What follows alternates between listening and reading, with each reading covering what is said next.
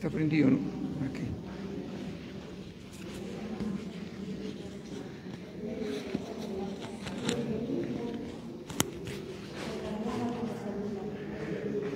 Ya, ok. Buenas tardes. Gracias por seguir perseverando en este curso que estamos haciendo una visión del Evangelio de Lucas. Gracias también a los que nos siguen por el Facebook. Vamos a empezar. Iniciamos con la entronización de la Biblia. Nos ponemos de pie y cantamos Tu palabra me da vida. ¿Okay? Tu palabra me da vida, confío en ti, Señor. Tu palabra es eterna, en ella esperaré. Dichoso el que con vida intachable camina en la ley del Señor. Dichoso el que guardando sus preceptos los busca de todo corazón. Tu palabra me da vida, confío en ti, Señor. Tu palabra es eterna, en ella esperaré. Recibimos con un fuerte aplauso la palabra de Dios, que siempre nos acompaña. Vamos a agradecer al Señor por el don de la vida y por la perseverancia de ustedes, porque sin la asistencia de ustedes no tendría razón de ser nuestro curso. Por todos los que nos siguen, ya sean por estos medios de comunicación modernos, ¿no?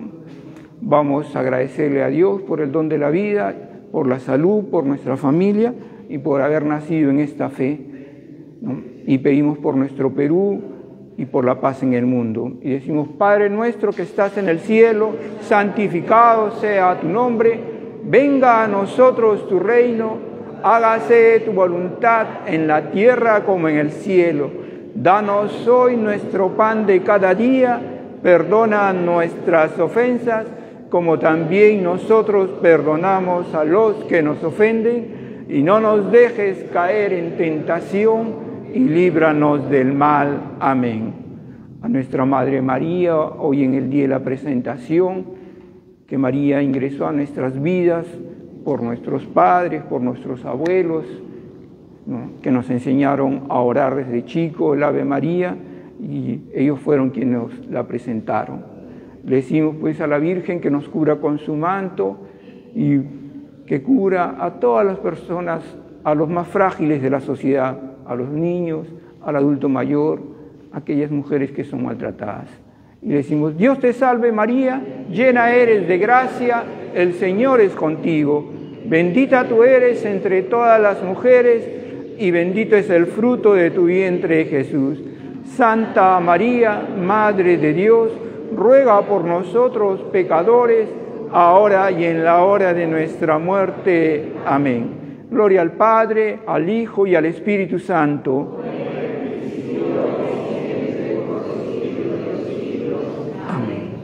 En nombre del Padre, del Hijo y del Espíritu Santo. Amén. Recibimos al hermano Percy.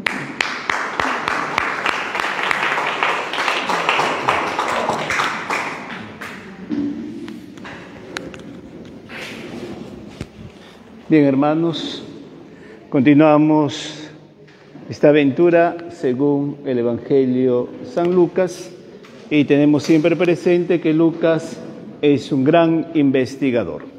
No escribió nada al azar, sino que lo fue investigando, y por lo tanto lo que escribe en su Evangelio y luego en los Hechos de los Apóstoles es o ha sido ya analizado por él muchas veces.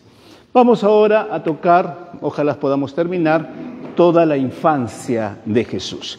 El único evangelio donde se escribe la infancia de Jesucristo es el Evangelio según San Lucas. Los otros no. Mateo, que escribe solamente la genealogía, Y Jesús fue hijo de José, José hijo de tal, 14 generaciones, hasta David, 14 generaciones, hasta Abraham, y etcétera, y etcétera. Entonces, el único que escribe en realidad la infancia de Jesús es Lucas. Juan tampoco escribe la infancia de Jesús, solamente dice, y en el principio era el verbo, el arjé. Mateo, Marcos, menos todavía, porque tal vez es un evangelio más corto. Entonces, Lucas tiene como primera gran característica que es uno de los que va a escribir el evangelio o las cosas, o la infancia de Jesús. Entonces, vamos en esta tarde a analizar un poquito la infancia de Jesús. ¿Qué pasó con Juan Bautista? Solamente el evangelio narra un solo versículo. Y se fue a vivir a tierras extrañas. Más no sabemos si se fue con los esenios, si sus papás murieron, si fue al desierto. Solamente Juan Bautista aparece cuando ya está predicando en el desierto. Pero no sabemos qué pasó antes. No sabemos si se fue a Nazaret, no sabemos si fue a Galilea, no sabemos si fue a Judea, no se sabe nada, simplemente el evangelio lo pone ahí. Entonces, al hablar de Jesús, tenemos que hablar de su nacimiento.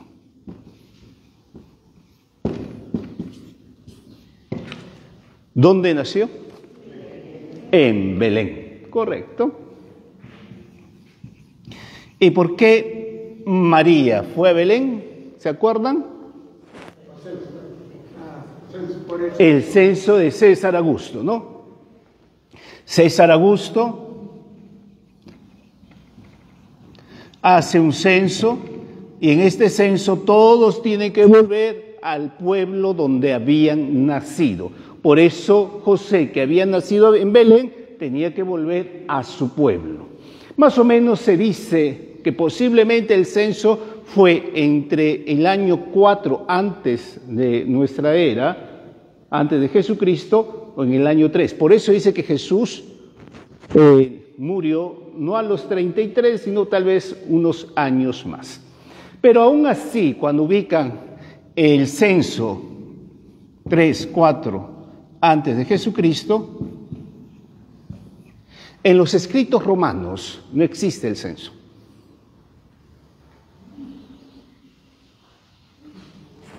No existe. Entonces, ¿de dónde salió el censo? ¿Por qué Lucas pone algo que no existe en las escrituras romanas? Si ustedes leen o ven las películas romanas, en ningún momento César Augusto manda un censo. Se dice que hay un censo, sí, pero en el año 120 después de Jesucristo. El único que se atrevió a hacer un censo en la Biblia, ¿quién es? ¿Se acuerdan? David. David quiere saber cuántos hombres tiene para hacer la guerra. ¿Y qué hizo Dios? ¿Se acuerdan? No es necesario acordarnos, pero ¿qué hizo Dios? Mandó una peste para decirle a David, no tienes que contar la fuerza porque yo soy tu fuerza. Es el único censo que en el pueblo de Israel se pone. Pero cuando César Augusto en la Biblia se pone, no existe el censo histórico. Entonces la gran pregunta es ¿por qué Lucas puso algo que tal vez no existió? Entonces viene la gran pregunta. ¿Por qué José tenía que trasladarse hasta Belén? ¿Y por qué? Porque María, ¿en cuántos meses está? Prácticamente para nacer. Entonces, una mujer que está embarazada tiene que caminar mucho y llegar al censo es imposible, no hay lógica. ¿Qué debía haberse hecho María? Que debía haberse quedado en casa esperando el parto. Entonces, Lucas pone el censo para decir que incluso las leyes civiles están en las manos de Dios. Sí, dice que posiblemente hubo un censo, pero no es un censo romano, sino es un censo judío. Por eso no está escrito en Roma, sino está en la mente judía. ¿La Virgen María lo ha contado? Claro, la Virgen, sí.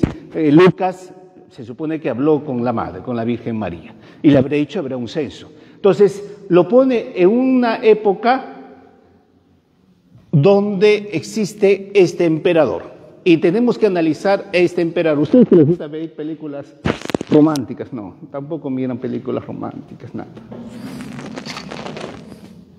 ¿Quién fue César Augusto? El emperador. Sí. ¿A quién sucede César Augusto?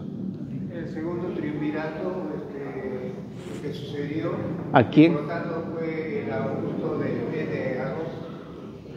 Julio César, ¿se acuerda de Julio César? Julio César es el tránsito entre la República y el Imperio. Julio César quiere destruir la República porque ya estaba totalmente en desastre. La República solamente era un grupo de patricios que gobernaban Roma, etcétera, etcétera. Entonces, Julio César plantea lo siguiente: la única manera de que Roma se salve es que haya un dictador, porque en Roma había la figura del dictador. Cada 2 años escogían un dictador para poner paz, vamos a hacer el caso, para que matar la violencia, para destruir a todos los enemigos de Roma. El Senado llamaba o elegía a un dictador por 2 años. Y Julio César era este dictador. Tenía que dejar esto cuando ya conquistó las Galias y le dicen: mira, Julio César, tienes que dejar tus legiones y entrar ya no como dictador, sino como ciudadano romano a Roma. ¿Y qué hizo Julio César? Pasó el Rubicón, ¿no? Pasa el río Rubicón con todas sus legiones, y ahora no solamente es un dictador por el Senado, sino que es un dictador con sus legiones. Bien, sabemos que muere, etcétera, etcétera, y su hijo César Augusto, porque tampoco es su hijo, porque el único hijo que tuvo, lo tuvo con Cleopatra, Cesarión, ¿no? ¿Qué hizo César Augusto luego? Mata a todos los hijos de Julio César. ¿Por qué? Porque el único hijo legítimo frente a Roma, aunque no era su hijo, sino hijo adoptado, es Augusto, César Augusto. Entonces, César Augusto fue muy inteligente, no fue un soldado, fue muy inteligente. Entonces, César Augusto hace el tercer triunvirato, y por lo tanto, cuando él va a hacer ya el tránsito al imperio, César Augusto es visto como un salvador.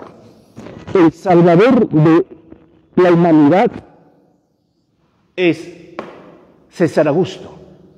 Y el salvador de Roma va a traer algo: paz. ¿Le suena o no? Con Jesús. ¿Le suena o todavía no le suena? ¿Qué dicen los ángeles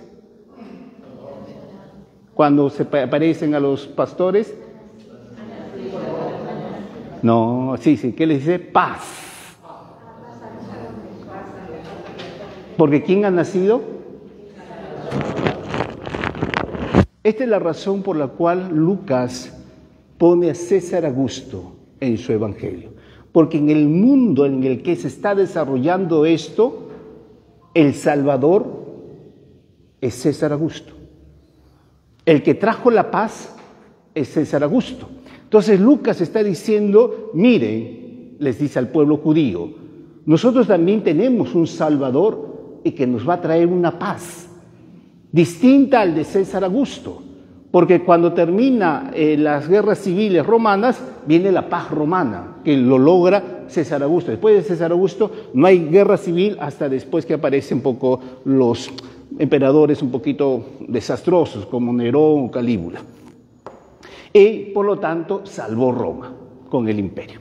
Entonces el nacimiento está ubicado en un censo, que posiblemente solamente es un censo romano, pero mete a César Augusto porque en el pensamiento ya judío y en el pensamiento pagano, recuerden que Lucas escribe también al mundo pagano, les tiene que demostrar al mundo pagano que Jesús es el Mesías. Entonces, por lo tanto, pone a un personaje para hacer esta comparación. Recuerden la metodología de Lucas. Siempre lo hace en paralelo, ¿no? El publicano y el judío, y el fariseo, Juan y Jesús. Entonces, para remarcar algo, tiene que poner como un paralelo para remarcar la personalidad o el mensaje de esto. Entonces, el nacimiento de Jesús está dado en este contexto histórico y en este pensamiento histórico. Entonces, podríamos hablar de esta historia. Segundo, el anuncio o ya el hecho del nacimiento. Si uno lee el capítulo 2 y los versículos que siguen del nacimiento, solamente se da el nacimiento en un solo versículo. Si, voy a tratar de decir, si la salvación y la encarnación es lo más importante, ¿por qué Lucas solamente pone algún versículo del nacimiento? Y Jesús nació. Sí, es lo más importante.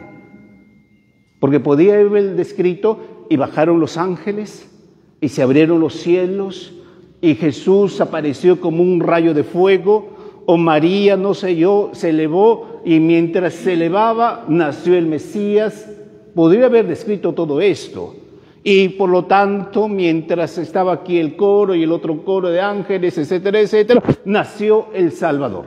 Pero Lucas respeta el misterio. Aun cuando es lo más importante, Lucas deja el misterio y nació el Salvador. No describe cómo, para que siempre en los siglos se quede como el misterio del nacimiento.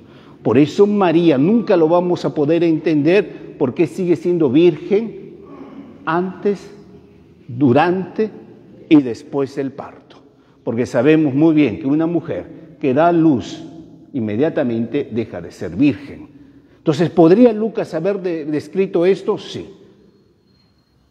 No lo describió para dejarlo siempre en el misterio, es decir, en la intimidad de un Dios que quiso encarnarse. ¿Qué va a describir entonces nuestro querido Lucas? El antes y el después del nacimiento. El antes lo sabemos, ¿no? Llega a Belén, no hay posada y por lo tanto, ¿qué hace el único que acoge a esta pareja que está buscando posada? Le da un establo. ¿Y por qué le da el establo? Por dos razones. La primera gran razón por la cual le da el establo a esta pareja que está buscando, uno es la intimidad. Lo único que pide la Virgen es un lugar íntimo. No quiere dar a luz en una vereda, en la plaza. Solamente quiero un lugar íntimo. ¿Y por qué un establo? Porque en el establo se dieron dos condiciones. La primera gran condición es el calor.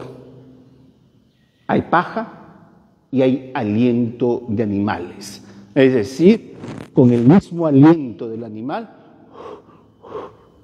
da calor al establo. Por eso cuando ustedes duermen y cierran las ventanas, ¿no les da calor? No. No, tampoco cierran con las ventanas.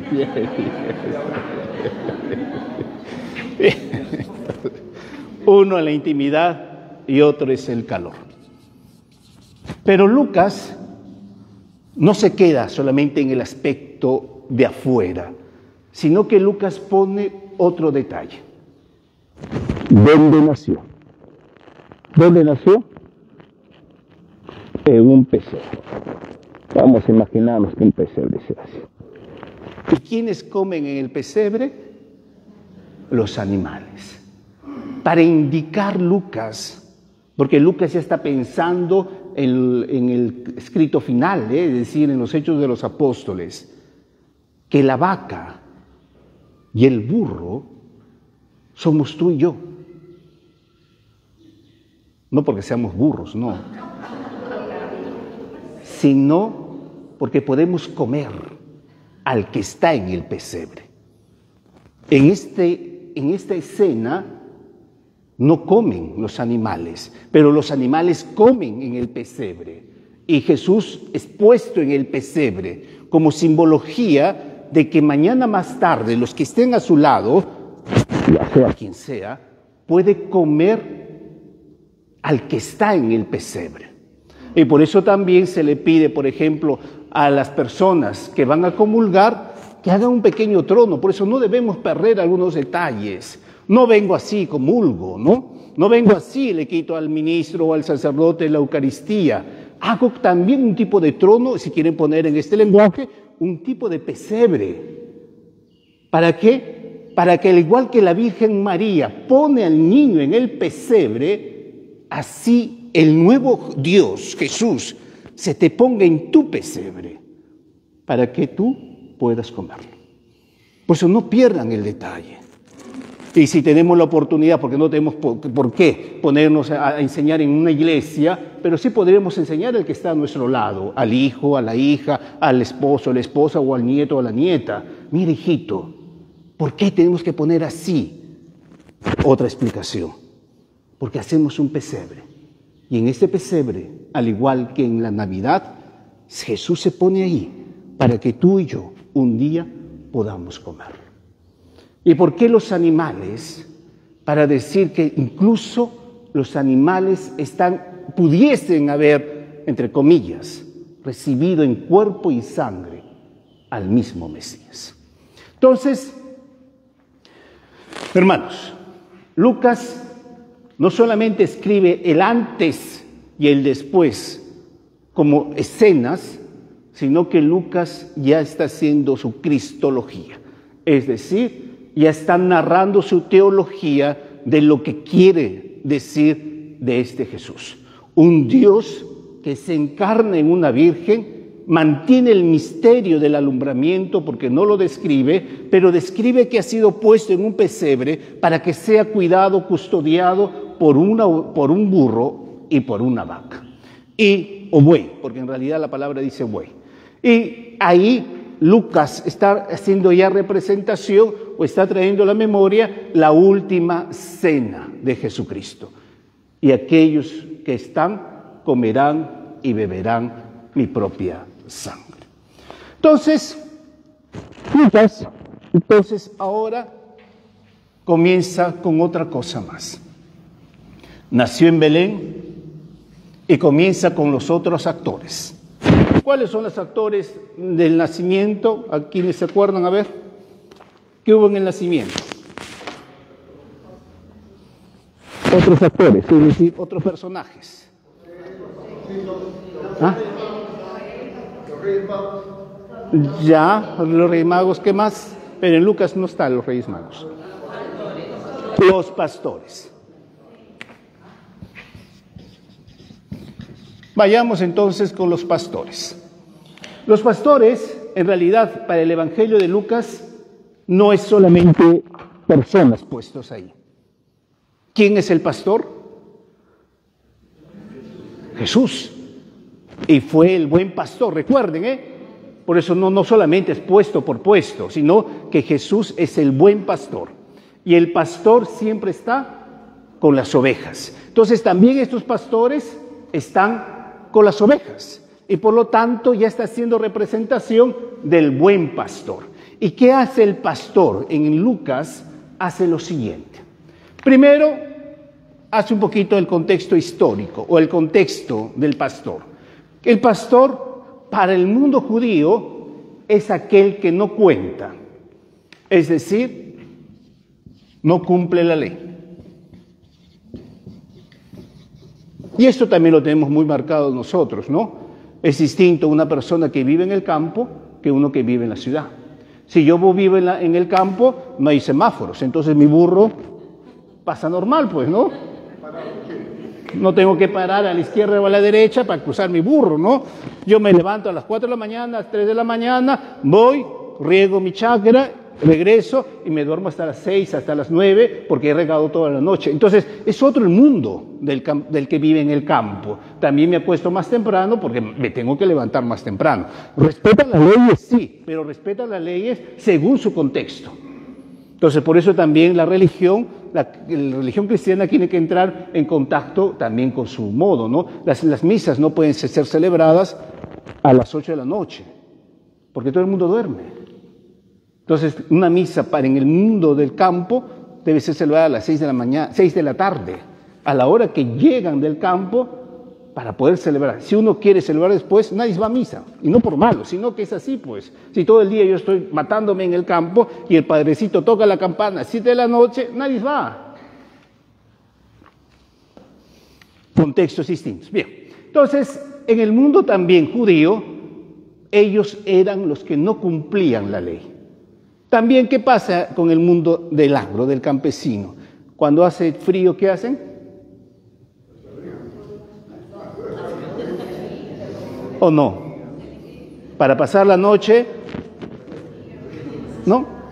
Y tenían que cuidar toda la noche a las ovejas. Entonces, eran, entre comillas, aquellos que rompían la ley.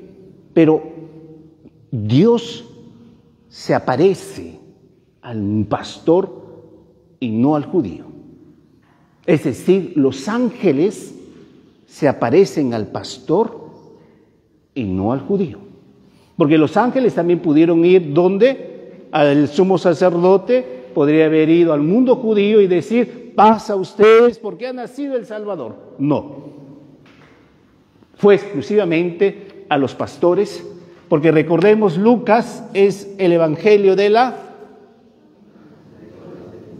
misericordia. Entonces Lucas está rescatando a aquellos que han sido marginados. Por eso Lucas pondrá a la mujer, Lucas pondrá a la pecadora, Lucas pondrá al samaritano, aquellos que han sido siempre descartados. Lucas dirá, son los preferidos de Dios. ¿Por qué? Porque tal vez el mundo bonito, bueno, porque es bueno, a veces no deja entrar al descartado, por muchas razones, válidas y tal vez razonables. Pero Lucas dice entonces que el anuncio se da con la gente que es despreciada por el mundo. Y aquí ya tenemos la primera gran anuncio del Evangelio, al pecador, no al bueno.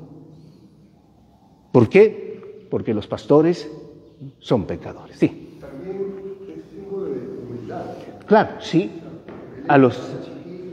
Sí, y Belén no eres la más pequeña, sí. Sí, en un aspecto de humildad, sí. El ángel entonces se aparece a los pastores y a los pastores les anuncia la salvación. ¿Y cuál es la misión de los pastores? Anunciar. Igualito que ellos fueron recibidos o fueron anunciados, ahora ellos tienen que anunciar. Por eso este es el motivo por el cual Jesús, en el lenguaje de Lucas, se aparece siempre al pecador. Porque ahora que yo te he anunciado la salvación, ¿qué tienes que anunciar? Que tú, siendo así, pudiste salvarte. Y el otro que siendo así, con otros pecados distintos, también puede salvarse. Otro detalle no menos importante, sino muy importante, es el signo que les manda los ángeles a los pastores. ¿Y cuál es? La estrella, no. Encontraréis al niño envuelto en pañales.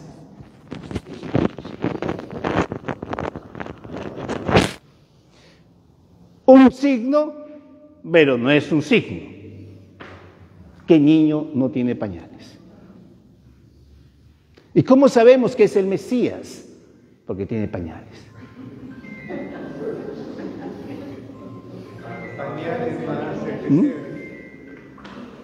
Es decir, igualito que ustedes, me han nacido el rey. ¿Y cómo sabemos que es rey? Porque está en pañales.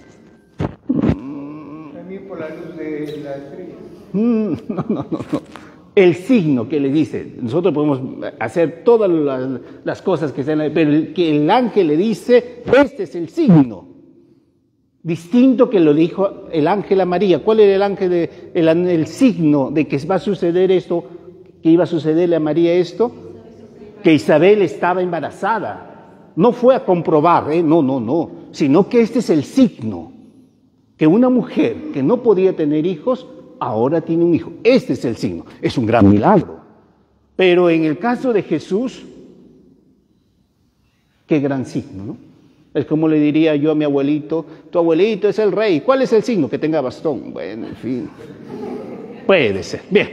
Pero Lucas no está pensando en esta pequeñez, sino está pensando en la gran anuncio. Y cuando Juan y Pedro entraron al sepulcro, ¿qué encontraron? Las sábanas. Entonces lo que Lucas está diciendo, ya lo está diciendo en la resurrección. Por eso el pañal no es un signo cualquiera, es signo de la resurrección. La tela, el pañal, la sábana que cubrió al resucitado. En aquí no está el cuerpo porque ha resucitado. Aquí está el cuerpo porque está encarnado. Entonces cuando Lucas escribe el pañal, está escribiendo ya la resurrección. Este es el signo. Por eso no es un signo pequeñísimo, sino es un gran signo, porque esto sucederá también al Mesías en la última vida. Entonces tenemos a los pastores en la infancia, en el nacimiento, digo.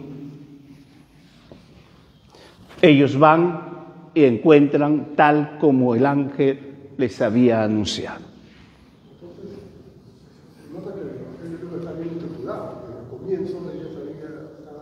Claro, sí, no puede ser un evangelio de un estudioso.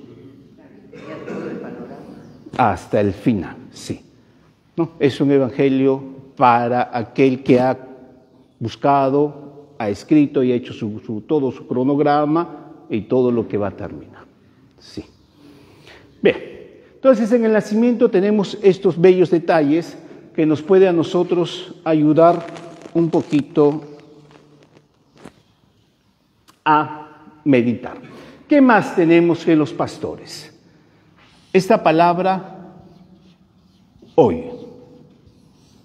Y hoy les anuncio. Los que vinieron el martes, en la palabra, antes que se duerman, habíamos hablado del hoy. No. Porque analizamos el evangelio del domingo. Pues ustedes no han venido, pues, o sea, los que han venido el martes y antes que se duerman. Antes que se duerma, hablábamos del hoy, ¿no? El domingo de este domingo habla también del hoy. Jesús está en la cruz y hay un ladrón bueno y un ladrón malo. Y al bueno, ¿qué le dice? Hoy estarás conmigo en el reino de los cielos. El hoy. El hoy ya lo tenemos desde el inicio del Evangelio, porque hay otros hoy que Lucas pone. Cuando Jesucristo desenvuelve el rollo de la palabra y dice en el profeta Isaías, y los ciegos verán, y los cojos caminarán, etc. ¿Y qué dice Jesús? Hoy se cumple esta escritura.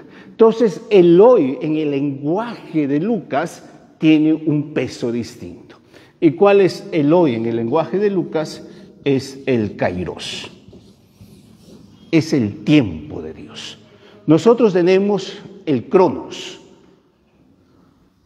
El tiempo que nosotros manejamos es el tiempo cronos, es decir, 24 horas, un día, una semana, un año, etcétera, etcétera. El tiempo de Dios es el tiempo del kairos, el tiempo en el cual Dios se pone, se manifiesta en su momento oportuno. Es un tiempo de Dios.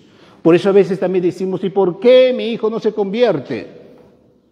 porque todavía no ha llegado su tiempo. ¿Y por qué el niñito de 5 años se convirtió? Porque llegó su tiempo. Porque hay un Carlos Acutis, porque era su tiempo. ¿Por qué tú y yo todavía no somos santos? Porque todavía no ha llegado nuestro tiempo. Bien, en fin. Bien.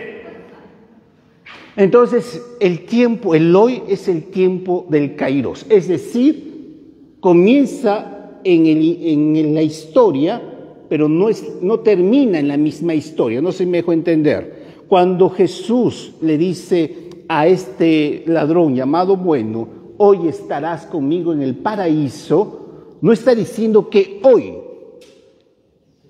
porque está el viernes, recuerden, ¿no? Ya les expliqué el mar, sino cuando comienza el cielo o cuando se abren las puertas del cielo, el domingo. Entonces, cuando Jesús dice hoy, significa que el hoy es Él. El Señor. Cuando está en la cruz, está hablando que hoy, el hoy soy yo. Por eso hoy estarás conmigo en el paraíso. Cuando anuncia el ángel, a los pastores también le está diciendo hoy, les anuncio esta palabra, esta salvación. Es decir, ahora Jesús, Dios, está con ustedes. Y ha comenzado y terminará luego con la salvación o con el anuncio del Mesías. Padre, ¿qué significa cuando pasa 3 días para la resurrección de Jesús? Yo me entendí antes, ¿no? ¿Por qué Jesucristo le dice al ladrón bueno, hoy estarás en el reino? Yo decía, pero tiene que pasar 3 días para que resucite. Y ese hoy, pues no coincidía. Ahora entiendo de que hoy significa la presencia de Jesús. Sí, está correcto, sí. Bien, otra de las cosas que tiene esta escena del pastor es lo siguiente que Lucas insiste. El verbo ver. Y mirarán al niño. Y Zaqueo, aunque no lo hemos analizado este domingo porque hubo la fiesta de San Juan de Letrán, ¿se acuerdan la escena? ¿Qué pasó con Zaqueo? Zaqueo estaba en un árbol y ¿qué hizo Jesús?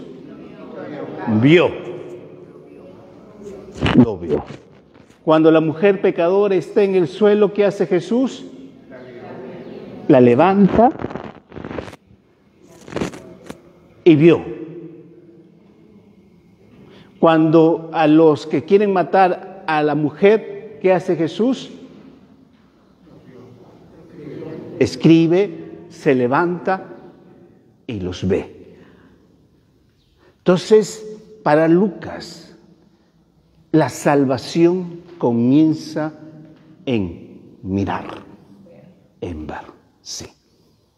No voy a ver, no voy a salvarme, no voy a salir de mi esclavitud, pecado, no voy a dejar el dolor, cual sea el dolor, el abandono, el duelo, el accidente, la enfermedad, si yo no veo.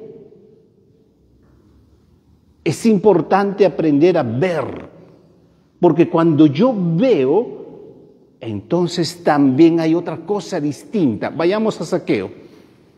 Zaqueo está ahí y Jesús, lo dice muy bien el Evangelio de Lucas, levanta la cabeza y mira a Zaqueo. Y cuando mira a Zaqueo, él se siente salvo. Baja inmediatamente, y él ya lo voy a cenar contigo, baja inmediatamente y va a hacer el banquete. Y dice luego, y si yo he sido injusto, voy a devolver. Hay todo un proceso de conversión en estas palabritas, que no vamos a analizar porque no es el tiempo, pero ¿qué está pasando con esta persona? Todo el dolor que siente este Zaqueo, porque nadie lo quiere, porque es un hombre despreciado, porque a pesar de haber logrado el éxito en la vida, es un hombre fracasado. ¿Por qué? Porque un hombre poderoso con mucho dinero, ¿qué haría el pueblo? Le dirían, Señor, pase usted aquí, ¿no? O no, así no hacemos con los que tienen mucho dinero, bien, siéntese usted aquí Si es el alcalde, si es el presidente o si es el que tiene mucha plata, lo hacemos sentar en un lugar privilegiado. ¿Por qué este Zaqueo no le dieron espacio? Porque nadie lo quería, a pesar de que tenía mucho dinero y cosas por el estilo. Pero le decían, no nos vamos a meter en esto, sino en la mirada. Esto es lo que los ángeles le dicen a los apóstoles. Vayan y vean. Entonces ellos van y ven. La salvación comienza en ver. Y por eso vienen los detalles. El pañal, el pesebre, los animales, el establo. Vean. Ya lo dijo muy bien, podríamos poner la palabra humildad. Vean. Para que cuando vean, crean. Y cuando crean, anuncien. Pero para que esto suceda, tienen que ver. Tomás sí está en Mateo, pero Tomás también Jesús le va a decir bienaventurado los que creen sin ver, ¿no? En Lucas va a dar más énfasis a esta escena del ver, porque quiere demostrar otra cosa distinta. Bien. Entonces, Jesús tiene, o Lucas hace mucho énfasis en el pastor, y no en los reyes, por ejemplo. Hace mucho énfasis en el anuncio del ángel hacia los pastores. ¿Por qué? Porque ya por antonomasia el personaje o los personajes que están inmersos de esto son los ángeles. Que lo vamos a ver luego porque hay un cántico de los ángeles. El ángel le anunció a Zacarías, el ángel le anunció a María y el ángel les anuncia a los pastores. Así que los ángeles también participan en la encarnación y en el nacimiento del misterio del Mesías y no son personajes muy secundarios, sino en realidad es el personaje principal, el ángel. Yo les hacía esa pequeña reflexión a aquellos que vinieron el martes. ¿Y qué pasó Jesús en la cruz? ¿Dónde estaban los ángeles?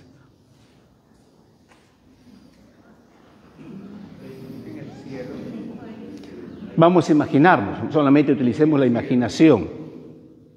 Miguel, que se peleó con el demonio, y cuando el demonio se rebeló contra Dios, se escuchó un grito, ¿quién como Dios? Y salió un arcángel con la espada, y hubo una guerra contra los demonios, y por lo tanto, hubo la guerra, fue vencido el demonio, y venció Miguel. ¿Quién como Dios? ¿Qué pasó en la cruz? ¿Dónde estaban los ángeles? ¿Dónde? Rezando. ¿Dónde estaban los ángeles? No lo dice el Apocalipsis, es seguramente una escenografía de un cómic en realidad. Pero los ángeles estaban con la espada en el cielo para matar a la humanidad. Porque estaban atacando a su rey. Estaban con la espada ahí para destrozar a la humanidad. Recuerden Sodoma y Gomorra. ¿Quién vino? Los ángeles, para hacer llover fuego y azufre. Y cuando Jesús está en la cruz, los ángeles están ahí con su espada para matar a toda la humanidad. Y lo vamos a ver luego, si ojalá lo terminamos ahora en la infancia. Jesús dice una palabra. Padre, perdónalos. Y los ángeles tuvieron que guardar su espada y ver morir a su rey. Porque los ángeles estaban en la muerte de Jesucristo. Bien, entonces los ángeles luego lo veremos, en la infancia de Jesús o en los cánticos que él tiene, y por lo tanto no es solamente un personaje secundario. Bien, la circuncisión, antes y después. Lucas no narra qué pasó en el nacimiento, vuelvo a repetir, narra el antes, llegan al establo, nace el niño y narra las escenas que está pasando alrededor del nacimiento. Como le decía, ¿por qué? Porque tal vez quiso que se quede en el misterio. La Virgen le pudo haber dicho, mira, yo di a luz así, sí, pero no sabemos por qué no sé. Bien, la circuncisión. La circuncisión está en el pasaje de la infancia de Jesús, y cuando se da a los 8 días después de haber nacido, y solamente al varón. ¿Por qué? Porque todo hombre primogénito le pertenece a Dios. Y aquí viene la escena de Abraham. Por eso Lucas está pensando en todo el Antiguo Testamento. Cuando Abraham tiene que sacrificar a su hijo, ¿recuerdan? Dios le dice, este hijo, Isaac, me pertenece a mí, y por lo tanto, sacrifícalo. Abraham va a sacrificar, sabemos toda la escena, y luego que es rescatado por un carnero. Entonces, desde ese momento, hacen el pacto de la circuncisión. Todo hombre primogénito le pertenece a Dios, y todo hombre unigénito debería morir. Porque le pertenece ¿a quién? A Dios. Pero para que no se dé esto, tiene que ser rescatado. Por eso venía el sacrificio del rescate, ya sea un becerro o ya sea un par de tórtolas. Entonces, aquí en la circuncisión no hay problema, porque María y José no se pusieron a discutir cuál era el nombre, sino automáticamente dijeron, su nombre es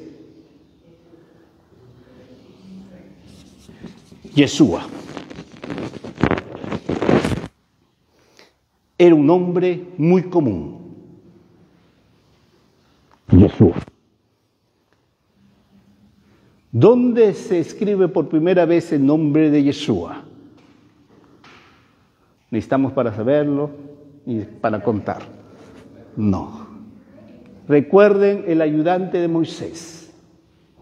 ¿Cómo se llamó? Josué.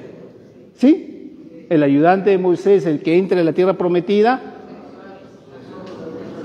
¿Sí? ¿Estamos bien? ¿Hay alguien que se ponga en contra? No, ya. Josué. Josué, su nombre es Yeshua. Así que el que hace entrar a la tierra prometida es un Yeshua. ¿Quién va a hacer entrar a la nueva tierra prometida? Un Yeshua. Entonces, Lucas hace referencia también a lo que pasó en el Éxodo. Así igual que Josué hizo entrar a la tierra prometida y dio la salvación, así Jesús, que en realidad su nombre correcto es Yeshua, va a hacer entrar a la tierra prometida. Y circuncidan al niño, ¿no? Bien, nos estamos entendiendo un poquito, ¿no? Bien, vayamos entonces a la vida oculta de Jesús. Jesús ya creció, ya le regalaron su pelotita en Navidad, hicieron el regalo a Jesús, le tocó su cartita, no sé qué cosa. No sé, no. La pastoral social le dio su regalito, ya está. Bien. ¿Dónde lo volvemos a encontrar? En el templo. Pero antes de los 12 años, ¿dónde lo volvemos a encontrar? En la presentación. Hoy día que celebramos la presentación de la Virgen en el templo. Entonces, y se da, porque una cosa es la circuncisión y otra cosa es la presentación.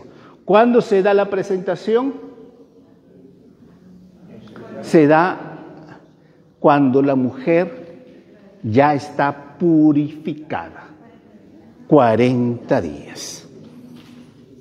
El otro era 8 días, porque en esos 40 días la mujer ya deja de sangrar, producto del parto, entre comillas, y también ya ha amamantado al niño, y por lo tanto en esos 40 días, también reflejo de los 40 años, y etcétera, etcétera, entonces la mujer tenía que purificarse, es decir, quedar otra vez limpia para poder entrar en el templo. Si no hacía este rito de purificación, la mujer seguía siendo impura. Pero aquí, en la purificación, hay otro contexto. ¿Fueron a purificar a la Virgen o fueron a presentar a Jesús al templo?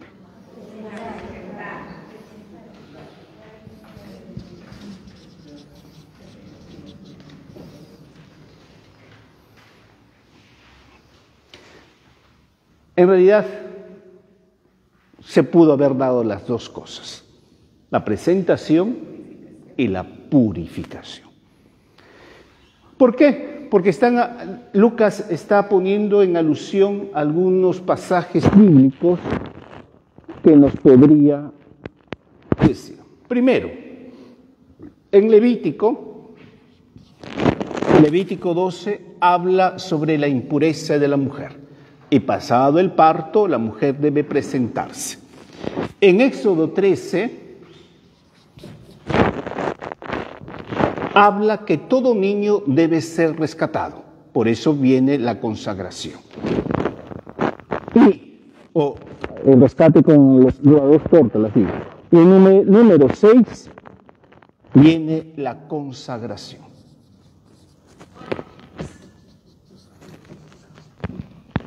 ¿Cuál era la consagración?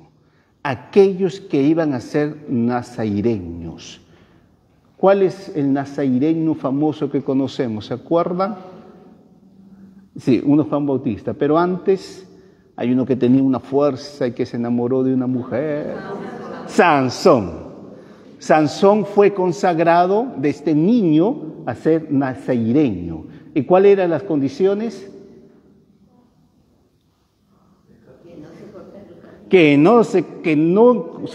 La navaja no tocase su cabello y la barba no. ¿Ah? No, sí podía tener mujer. Y que no probase vino. Vino. Eran las dos condiciones que debería tener el nazaireño. No cortarse el cabello y no probar vino. ¿No? Era un tipo de consagración en esa época.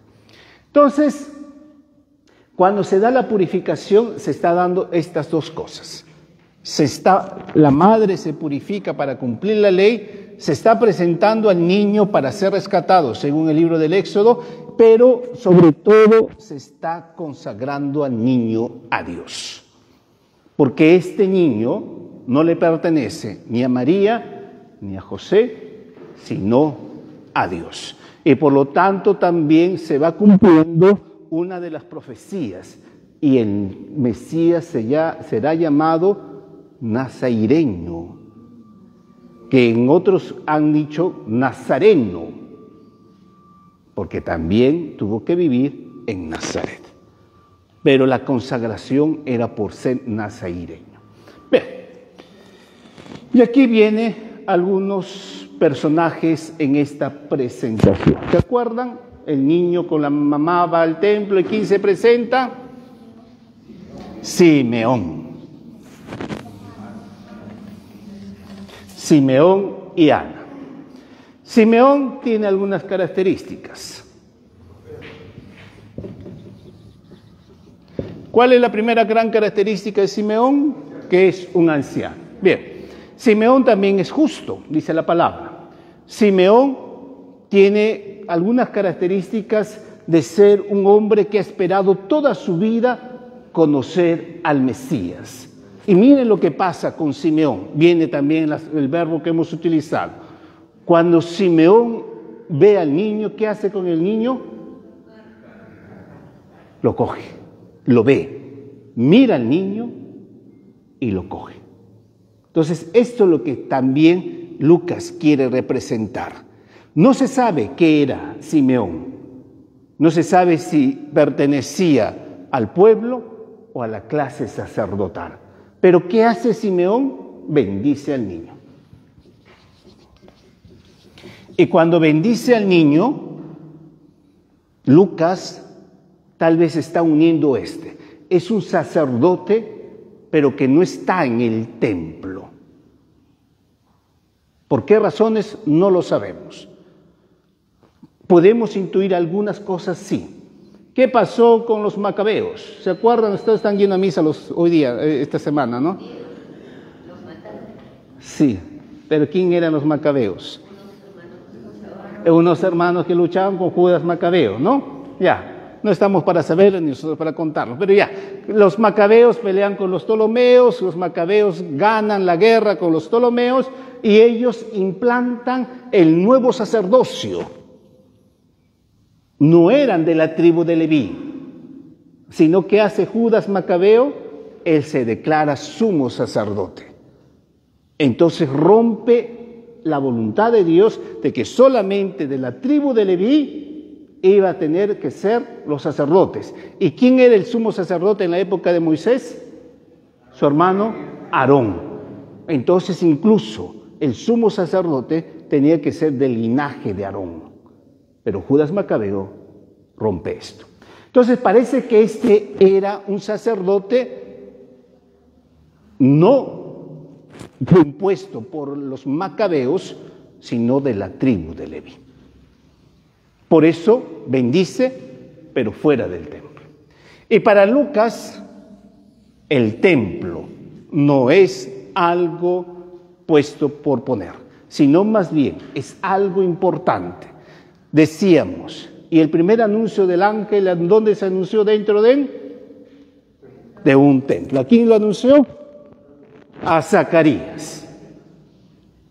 María no es anunciado en un templo, pero sí en su templo. ¿Cuál es el templo de toda mujer? Su casa. Cuando Jesús se presenta en el templo. Así que Lucas va a insistir mucho en el templo.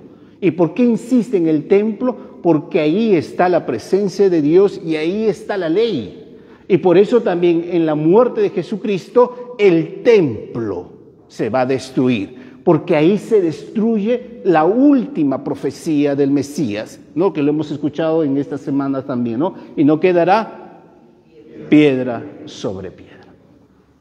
Entonces, este hombre, Simeón, hace estas dos cosas. Ve al niño y toca al niño y bendice al niño.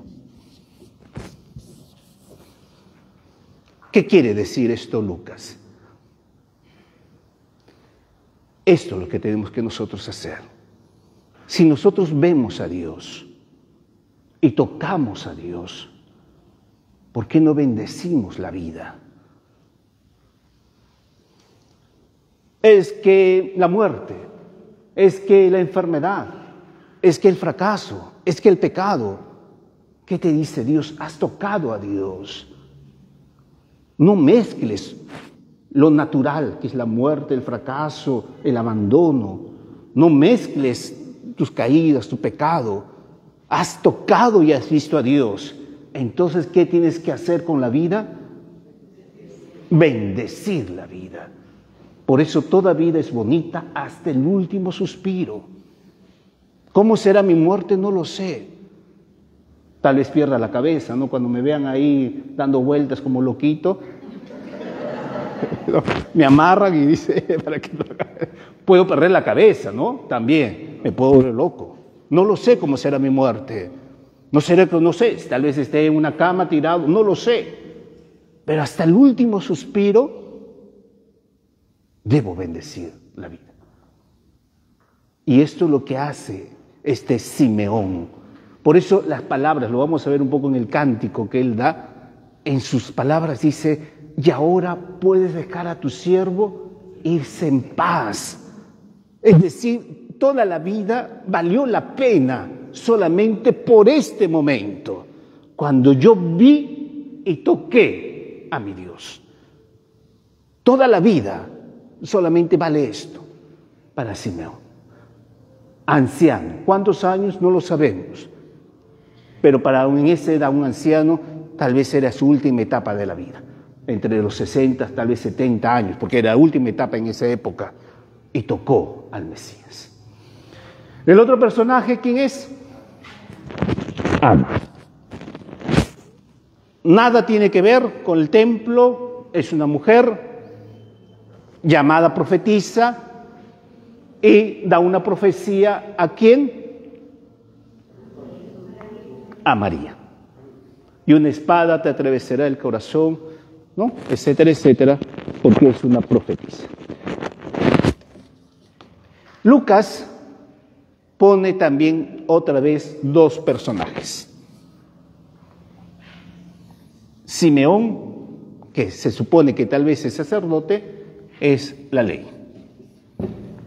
Ana, que es profetisa, es el profeta. ¿Se acuerdan dónde hay dos personajes? Jesús en un monte que se transfigura. Elías y Moisés. Elías, que representa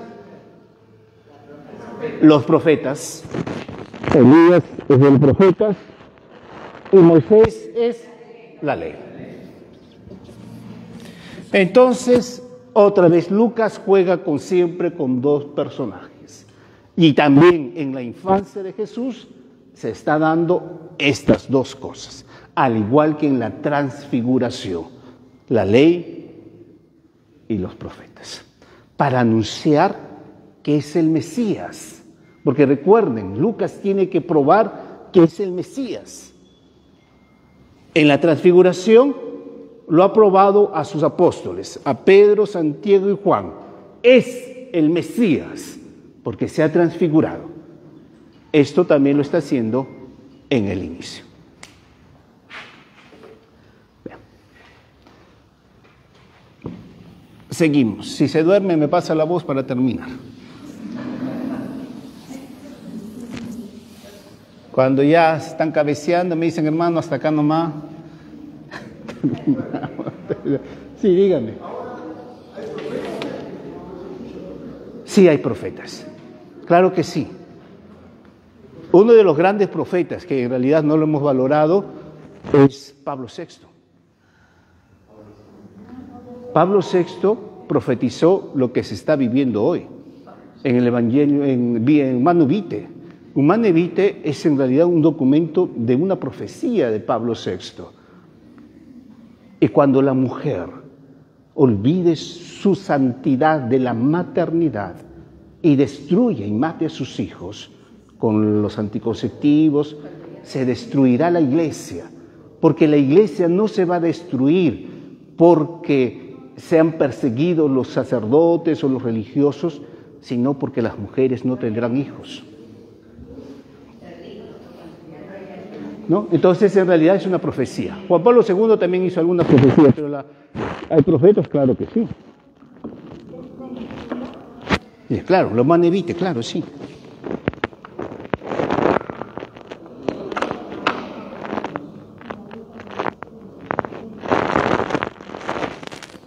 Entonces, Lucas pone en la vida de Jesús dos subidas en la infancia de Jesús. Uno, cuando es circuncidado, que ponemos así,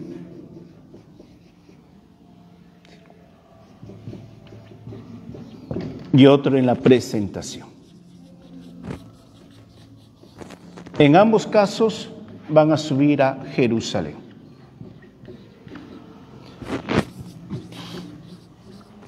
Y en ambos casos luego regresan a Nazaret.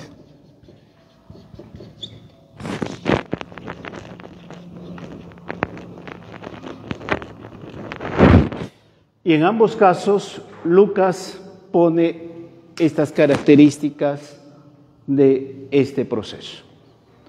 Cuando se dé esta escena de la circuncisión o cuando se dé esta escena de la presentación, dice, y Jesús volvió a su casa para crecer.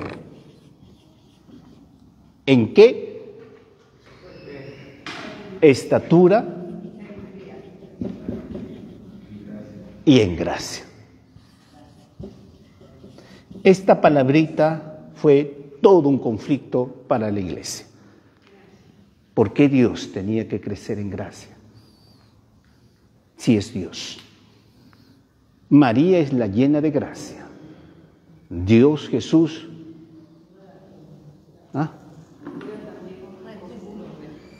Jesús debería ser 1000 veces lleno de gracia, ¿no? Porque es Dios. Entonces, ¿por qué tuvo que crecer en gracia?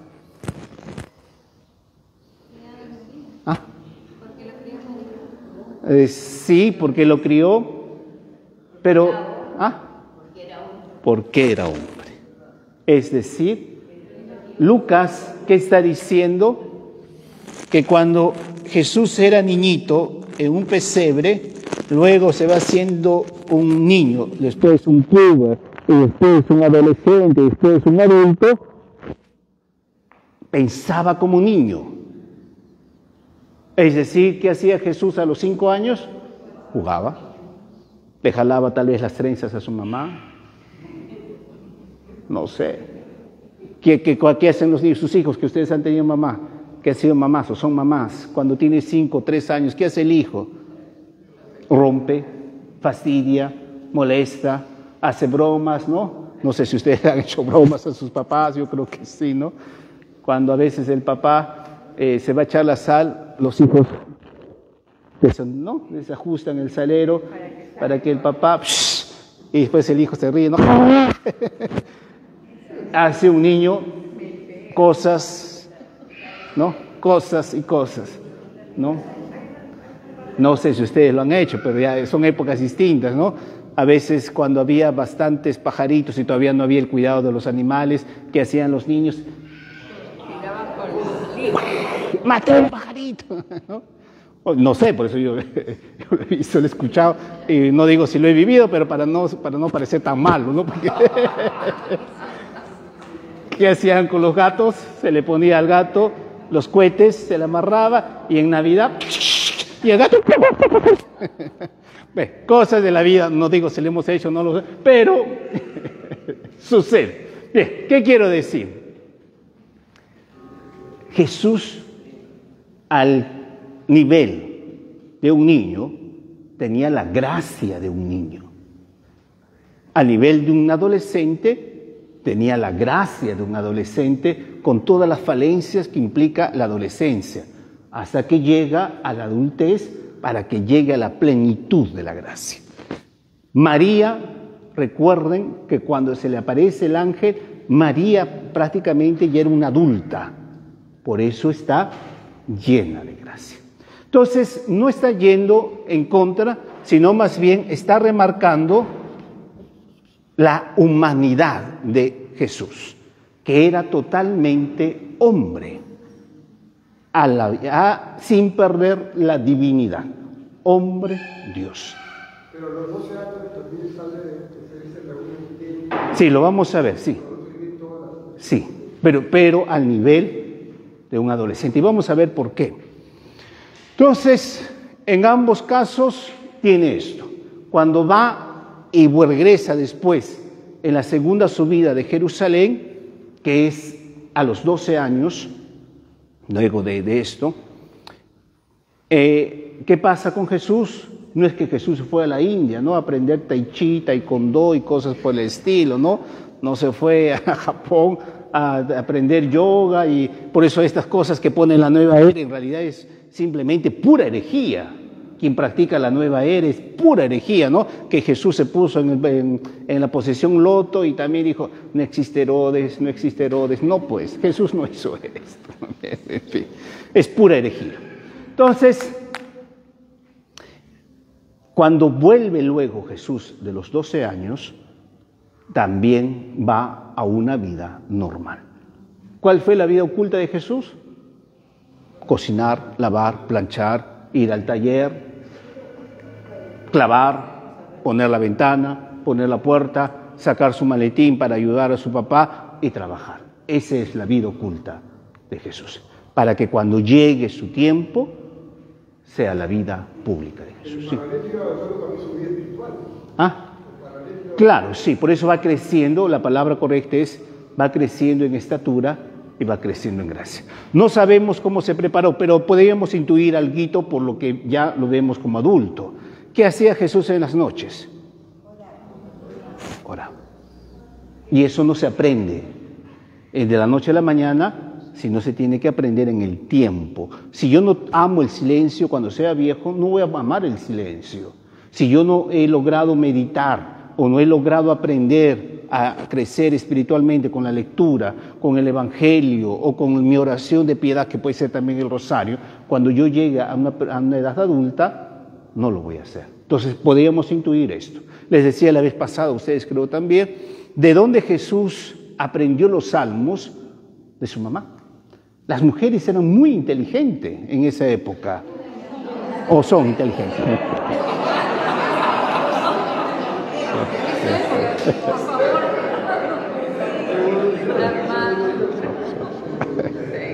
Porque la mujer no podía leer ni escribir, pero se sabía todos los salmos de memoria.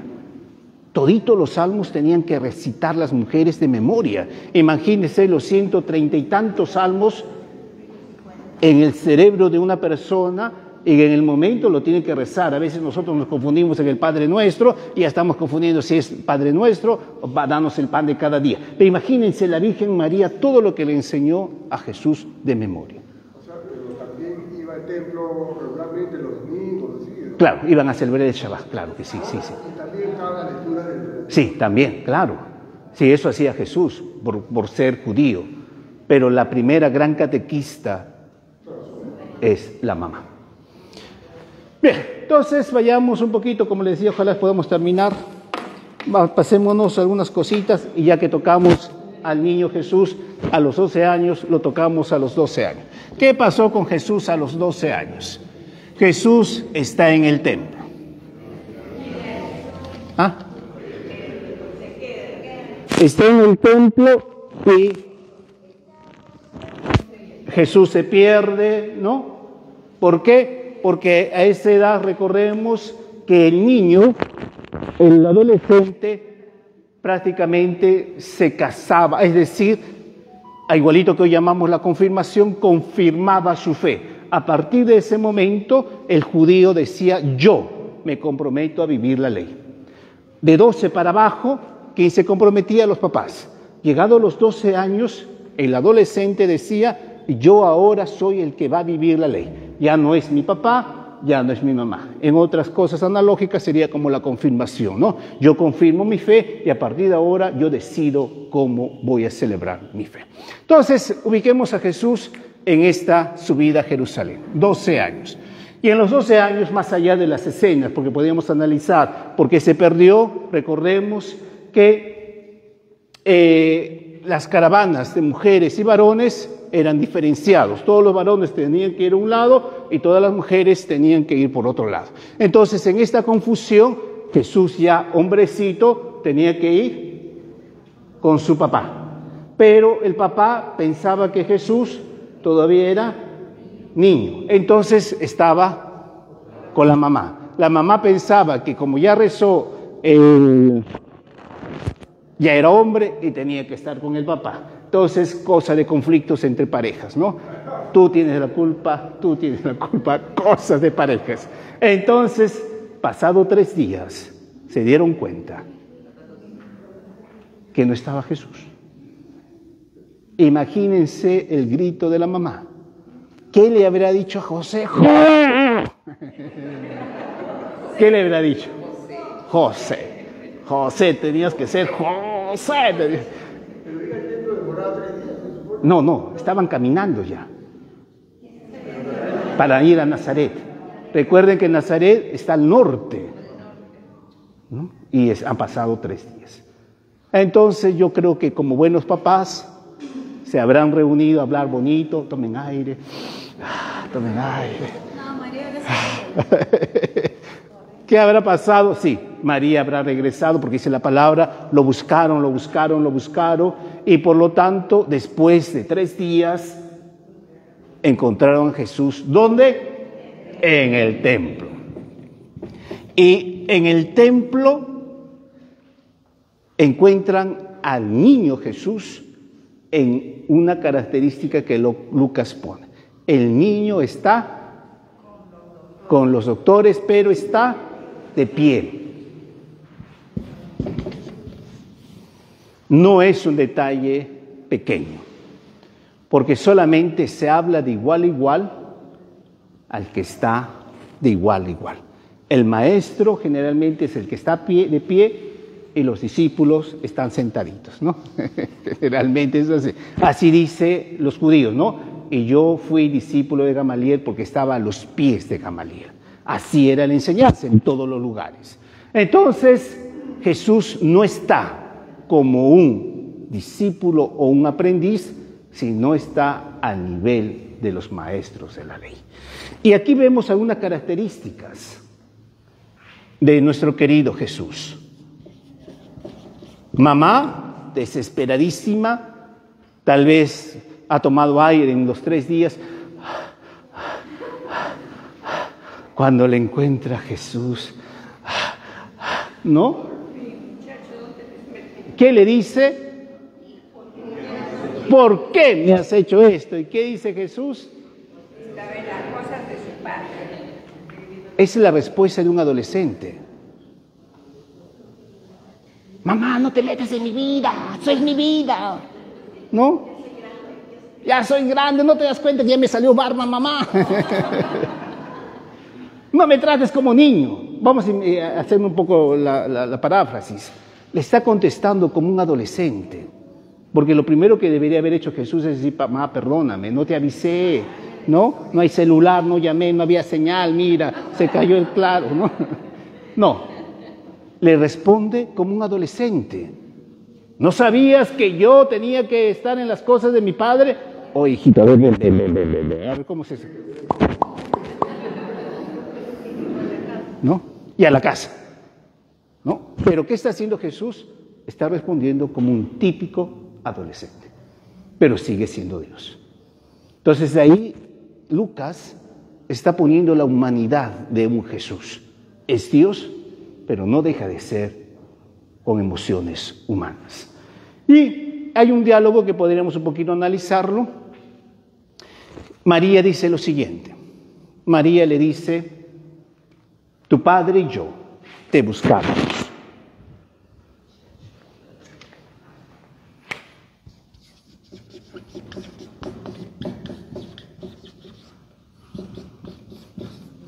Y la respuesta de Jesús es, yo estoy en las cosas de mi Padre. Es una cachetada terrible a José, porque José era su padre. Pero cuando Jesús le responde, está hablando del Padre.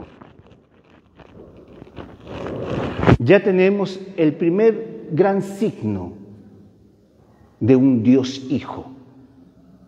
Mi Padre, no es Él mi Padre, es mi Padre. Y por eso la última palabra que dice Jesús en Lucas también es Padre.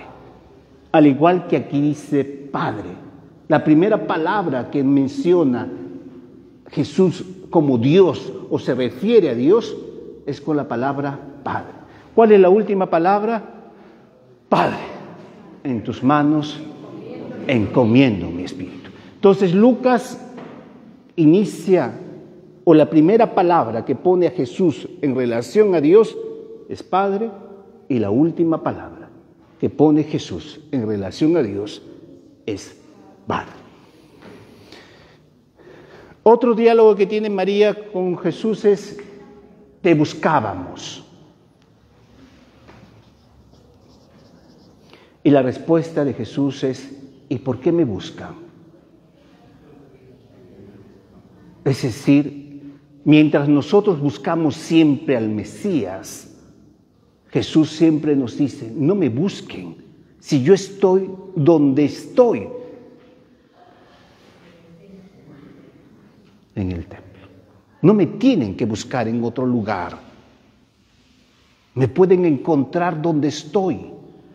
El templo. Agustín, ¿qué dirá? ¿Se acuerdan las palabras de San Agustín? Te buscaba afuera mientras tú estabas dentro. Entonces son las mismas palabras, si lo vemos un ratito, para terminar la idea.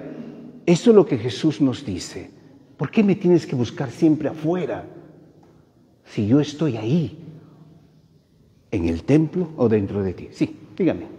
Hay una lectura también que habla de Jesús que estaba en la casa de Lázaro, ¿no? Y dice, y había un montón de gente, vienen los apóstoles, y tu mamá, y Tus hermanos. Sí, es el Evangelio de hoy día, sí. Sí, pero claro, está refiriendo un poco más a la madre. Dale esto. Entonces, esto es lo que vamos a ver ya que tocamos a Jesús como niño.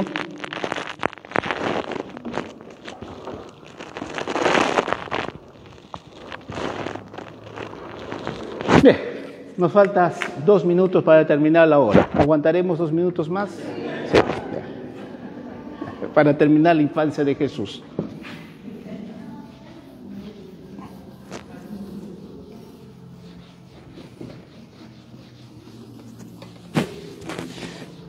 Lucas pone 4 cánticos. El primer cántico que lo pone es el Magnífica.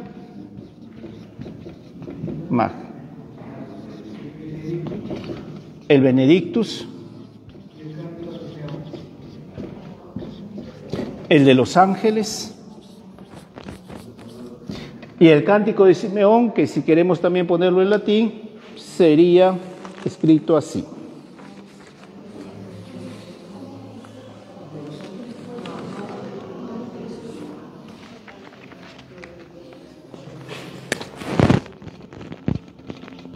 Nunc dimittis.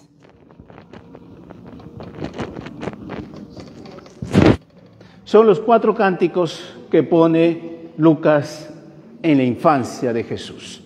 El Magnífica, el Benedictus, el Cántico de los Ángeles y el Nunc dimittis. El Magnífica lo conocemos muy bien porque es proclama mi alma la grandeza del Señor.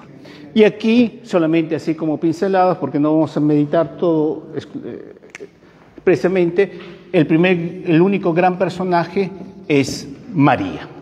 Y María se presenta en este cántico, o Lucas presenta en este cántico de María lo siguiente. María se presenta como sierva, he aquí la esclava del Señor como sierva. Luego, en el cántico del Magnífica, bienaventurados, pero ahora ya no será la sierva María, sino serán los pobres. Es decir, va como cambiando, es decir, esta alabanza que hace María, alabanza hacia Dios, ahora ¿quién lo va a hacer o quiénes lo deberían hacer? Los pobres. Porque también dice que Dios mira con lejanía o con cierto rechazo a los soberbios de corazón. Y por lo tanto, termina diciendo, es Israel el pobre. Entonces, en el cántico del Magnífica, Lucas va a desarrollar esto. La alabanza que tiene María en ese momento es porque Dios siempre hace las cosas bien. En todo momento, Dios hizo las cosas bien. En el éxito, en el dolor, en el fracaso, en la santidad, incluso en el pecado y cosas por el estilo. Por eso viene la alabanza. ¿Y quiénes van a poder alabar esto? La sierva María, el pobre, y debería ser Israel. En el Magnífica tenemos otro esquema distinto que nos indica Lucas. Y dice lo siguiente. En el Magnífica es Jesús o Dios que ha visitado a su pueblo. En el Benedicto, perdóname. Jesús o Dios ha visitado a su pueblo, pero lo ha visitado con una única motivación: la salvación. Su visita no es una visita cualquiera, sino Él se ha encarnado, Él ha visitado a su pueblo para salvar a su pueblo. Y luego, ¿qué hace? Ha suscitado en este pueblo, o está suscitando en este pueblo, que ellos reconozcan que este es el Mesías. Y por lo tanto, hace recuento a todos los profetas que han esperado el Mesías, como estructura solamente del cántico, ¿no? En los ángeles, el cántico de los ángeles: gloria a Dios en el cielo y paz a los hombres de buena voluntad.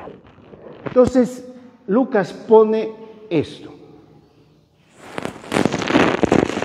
la gloria está en la paz y el cielo está en relación al hombre.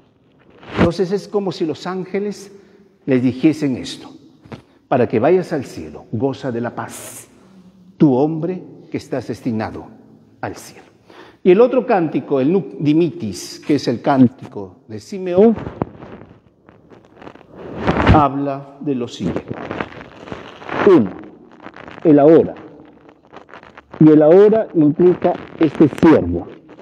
Este siervo que ahora se vuelve libre, porque ha esperado todo esto para mirar al Salvador.